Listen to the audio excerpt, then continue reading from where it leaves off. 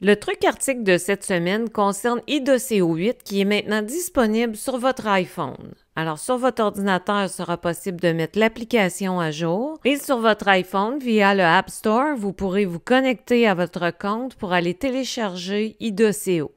Bien qu'il sera indiqué dans un premier temps que vous serez facturé, l'application de mise à jour sera gratuite en autant qu'elle est sur le même compte. Une fois le téléchargement complété, vous pourrez ouvrir l'application sur votre téléphone. On vous demandera d'activer des notifications et on vous fera faire un rapide tour d'horizon, mais les fonctionnalités sont exactement les mêmes que sur iPad ou sur votre ordinateur. Dans un premier temps, vous pourriez récupérer un backup afin d'importer dans votre téléphone tout ce qui se trouve sur votre iPad ou encore sur votre ordinateur. Cependant, le meilleur moyen est vraiment de synchroniser les comptes dans le cloud. Il vous faudra aller dans Menu, Réglages et ensuite choisir Lien cloud. Assurez-vous que les mêmes liens cloud sont et sur votre ordinateur et sur votre iPad et sur votre iPhone pour avoir une synchronisation adéquate.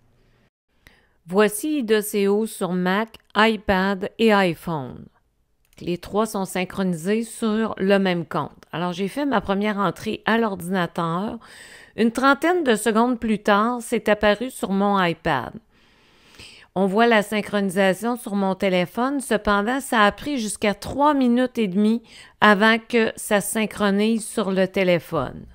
Ça peut être un problème comme ça peut ne pas en être un, car si on a notre téléphone et qu'on fait toutes nos entrées dessus, à ce moment-là, on sait qu'environ 3 minutes plus tard, ça synchronisera sur le reste de nos appareils. Pour l'exemple suivant, j'ai rentré des données sur mon téléphone et j'attends présentement qu'elles se synchronisent et c'est fait sur mon ordinateur et mon iPad, ce qui a pris à peu près 30 secondes. Mon dernier essai est sur le iPad. J'ai rentré mes données et une trentaine de secondes après, ça s'est affiché sur mon ordinateur. Et dans la configuration présente, ça a pris encore 3 minutes avant que ça se synchronise sur mon téléphone. Ça, c'est pendant ce test-ci, parce qu'à un moment donné, ça synchronisait pratiquement en temps réel. Faut pas oublier que ça synchronise dans le nuage, donc ça fait à peu près le tour du monde, peut-être même plusieurs fois, avant de se synchroniser sur nos 3 appareils. Vous pourriez voir apparaître cette icône sur vos différents périphériques pour synchroniser, mais ce n'est pas toujours le cas.